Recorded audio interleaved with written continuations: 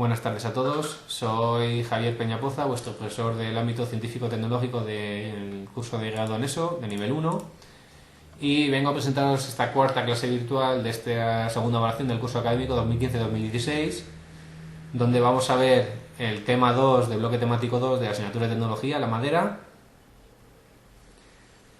Veremos también los temas 7 y 8 del bloque temático 3 de la asignatura de matemáticas, donde veremos los poliedros, que son los polígonos planos, las superficies de los polígonos planos, y los cuerpos redondos, como el cilindro, la esfera y el cono. Y luego también veremos el tema 3 del bloque temático de la asignatura de ciencias naturales, donde veremos la luz y el sonido. Esta ya es la penúltima clase virtual de esta evaluación. Y vamos a hacerla igual que anteriormente, pues a través de unas diapositivas donde vamos a ir viendo los puntos más importantes de cada uno de los temas.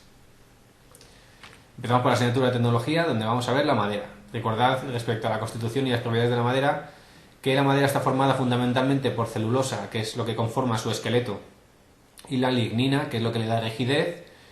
También se estudia en este tema la estructura del árbol, pues, tanto la corteza como el cambium, que son las células que se han formado recientemente, la albura, que es la madera joven formada en el último año, el duramen, que sería la madera totalmente formada, y la médula, que es la parte central. Y recordad también que los anillos concéntricos que forman el tronco de los árboles se llaman también como anillos de crecimiento o anillos anuales, ya que por cada anillo se puede establecer aproximadamente un año de duración, un año de vida del árbol. También se estudia la clasificación de las maderas en tres grandes grupos: duras, árboles de crecimiento lento; blandas, que serían las que son fáciles de trabajar y que proceden de árboles de crecimiento rápido. Para la obtención de la madera, pues en primer lugar se puede obtener a partir de la tala, la poda, luego posteriormente se produce el transporte, un descortezado, un asegado y por último el secado. Y respecto a las propiedades de la madera, pues tenemos tres grupos de propiedades. Por un lado están las físicas, que sería la hendibilidad, la facilidad o la dificultad para rajarse; la dureza, la flexibilidad, la homogeneidad, el veteado, el olor, la conductividad, la plasticidad, si se deja modelar o no, la densidad, porosidad, la dilatación, contracción y la duración. Tenemos también propiedades mecánicas como la tracción, el desgaste, la compresión, flexión, torsión o la resistencia. Y también tenemos propiedades especiales como la inflamación o la combustión, o propiedades térmicas y acústicas. Respecto a los usos de las maderas, pues existen formas comerciales como los tableros macizos, las chapas, las láminas, listones, tablones o molduras, pero también existen otros derivados de la madera como las maderas prefabricadas, los tableros de contrachapado, aglomerados o tableros o fibras. El trabajo con la madera, las tareas se agrupan en tres etapas. En primer lugar, la realización de piezas; en segundo lugar, el montaje y la unión; y por último, el acabado.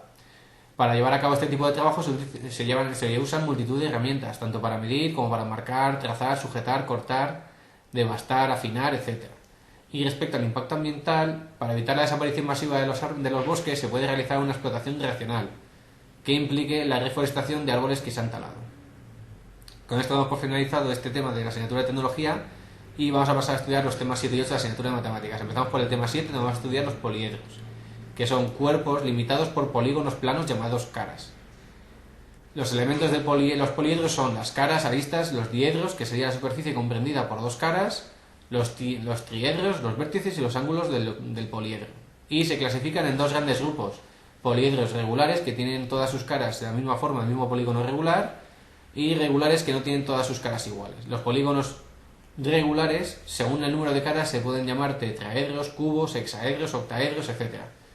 Y los irregulares se pueden agrupar en dos grupos. Por ejemplo, tenemos entre otros los prismas, que son poliedros irregulares muy conocidos, muy característicos, que tienen dos caras paralelas iguales, llamadas bases, y el resto de caras serían paralelogramos o caras laterales. Y también pueden ser rectos, aristas, que son las aristas son perpendiculares a la base, u oblicuos si las aristas laterales son oblicuas a la base, es decir, que forman un ángulo distinto de 90 grados. Para poder calcular las áreas y los volúmenes, en el caso del prisma recto, el área lateral se puede calcular multiplicando el perímetro de la base por la altura. Recordad que el perímetro base es la suma de los lados de la base. El área total, por lo tanto, sería ese área lateral que acabamos de calcular más el área de la base superior más el área de la base inferior. Si ambas bases son iguales, el área total se podría decir que es igual al área lateral más 2 por el área de la base. Recordad que para poder calcular el área de la base siempre va a ser un polígono que se puede calcular multiplicando el perímetro por la apotema y partido por 2 y dividiéndolo por 2. Y el volumen del prisma se calcula multiplicando el área de la base por la altura. Para el paralelepípedo es igual que un prisma, pero cuyas bases son paralelogramos. Y en el caso de la pirámide es un poliedro que tiene un único polígono como base y el resto de sus caras son triángulos ya que tiene un vértice común. Para poder calcular el área lateral de la pirámide se multiplica el perímetro por la apotema, se divide entre 2. El área total sería ese área lateral más el área de la base. Y el volumen se calcula multiplicando el área de la base por la altura y dividiéndolo por 3. Pasamos a estudiar en el tema 8 los cuerpos redondos, que son aquellos que tienen superficies curvas como el cilindro, el cono o la esfera. Para poder calcular el área total del cilindro multiplicamos 2 por pi por r por h y le sumamos 2 por pi por r al cuadrado. 2 por pi por r por h sería el área lateral y 2 por pi por r al cuadrado sería el área de las dos bases. Como en el caso de las dos bases tenemos dos circunferencias, el área de la circunferencia es pi por r al cuadrado y por lo tanto el área de las dos bases sería 2 por pi por r al cuadrado. Y para poder calcular el volumen del cilindro se multiplicaría el área de la base por la altura, o lo que es lo mismo, pi por r al cuadrado por la altura. En el caso del cono, el área lateral se calcula multiplicando pi por r por g, donde g es la generatriz, que es la distancia que une el vértice del cono con cualquiera de los puntos de la circunferencia, que es la circunferencia que forma la base del cono. El área total se calcula sumando el área lateral, que hemos visto anteriormente, se calcula pi por r por g, más pi por r al cuadrado, que sería el área de la base. Y por último, para calcular el volumen, se multiplicaría el área de la base por la altura y se dividiría por 3. En el caso de la esfera, tendríamos la fórmula para poder calcular el área sería 4 por pi por r al cuadrado. Recordad que pi es un número, es una constante, que es aproximadamente 3,1416, que no lo he dicho anteriormente. Y para poder calcular el volumen de la esfera se multiplica 4 tercios por pi por r al cubo. Por último, ya vamos a pasar a estudiar el tema 3 de la asignatura de Ciencias Naturales de esta segunda evaluación. Empezamos estudiando la luz. En este caso, la ciencia que estudia los fenómenos relacionados con la luz se denomina óptica y hay dos tipos. Una sería la óptica geométrica, que es el que estudia los fenómenos de reflexión y refracción de la luz, y óptica física, que es la que estudia los fenómenos propios de la luz. También podemos realizar una clasificación de los cuerpos en función de su transparencia o opacidad.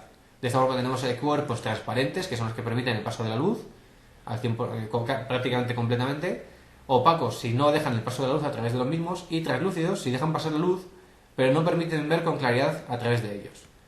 El color de los cuerpos viene dado por el color que no absorben y por tanto que reflejan sobre la retina humana.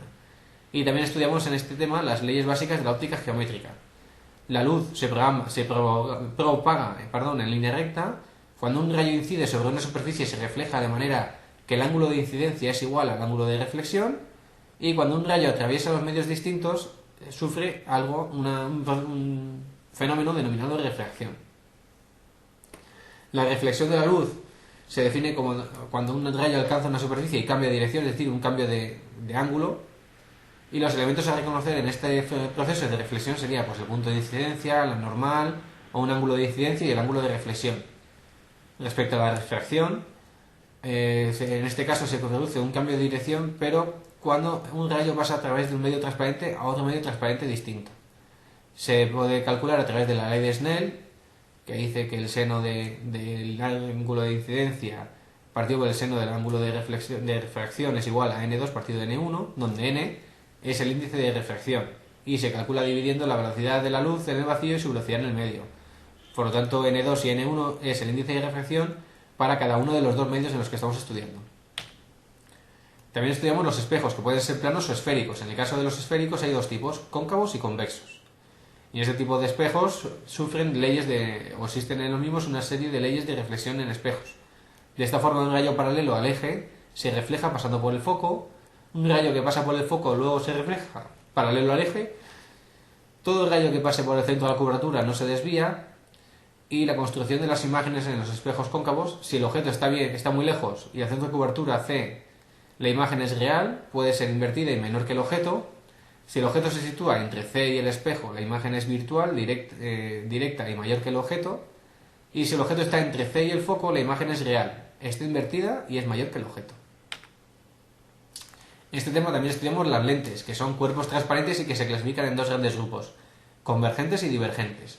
Las lentes convergentes, en ellas los rayos paralelos las atraviesan y convergen en un punto posteriormente, y las divergentes, los rayos que inciden en paralelo se desvían, de modo que después parece como si procedieran del foco de la lente. Y también estudiamos algo de contaminación, en este caso la contaminación que hace referencia a la luz, contaminación lumínica, que es toda la luz que se escapa fuera de la zona que queremos iluminar. También estudiamos los fenómenos ondulatorios y los tipos de ondas existentes. Hay ondas transversales, donde las partículas vibran en vertical perpendicularmente a la dirección de propagación de la onda, o longitudinales, donde las partículas vibran en la misma dirección de la propagación de la onda. Y también estudiamos una serie de magnitudes relacionadas con los fenómenos ondulatorios, como son el periodo, la frecuencia, la longitud de onda y la amplitud. El periodo sería el tiempo empleado en dar una oscilación completa, la frecuencia es la inversa del periodo, es decir, 1 partido por el periodo. La longitud es la distancia que avanza la onda en un periodo y la amplitud es la altura que toma la onda desde su origen hasta su valor máximo. Bueno, la velocidad de propagación, como os he comentado anteriormente, pues es lambda partido por t. Recordad que el t es el periodo y lambda es la longitud de onda.